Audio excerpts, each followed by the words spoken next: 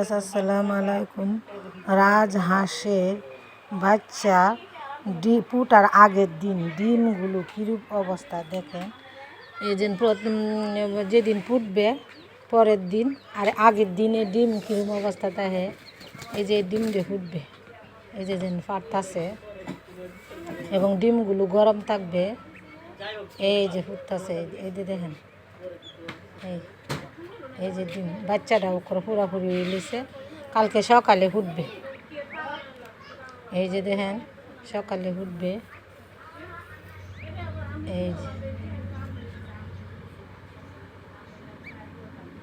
বাচ্চাগুলো শব্দ করতেছে, কানও দিয়ে আপনি দিতে পারেন। এই যে কলসটা এভাবে উঠা উঠা থাকবে, হাসে এভাবে আস্তে আস্তে উলট পালট করে দেয়, তাহলে এই ডিমগুলো পরের দিন ফুটবে। এই যে দেখেন, এই দেখে বুঝতে পারবেন যে ডিমে প্রথম আগের দিন ডিমগুলো এরকম অবস্থা থাকে, এর পরের দিন বাচ্চাগুলো ফুটা শুরু করবে।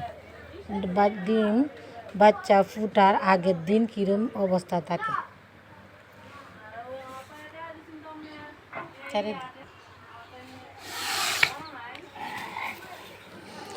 ডিম হাঁসটা কুচো গেছে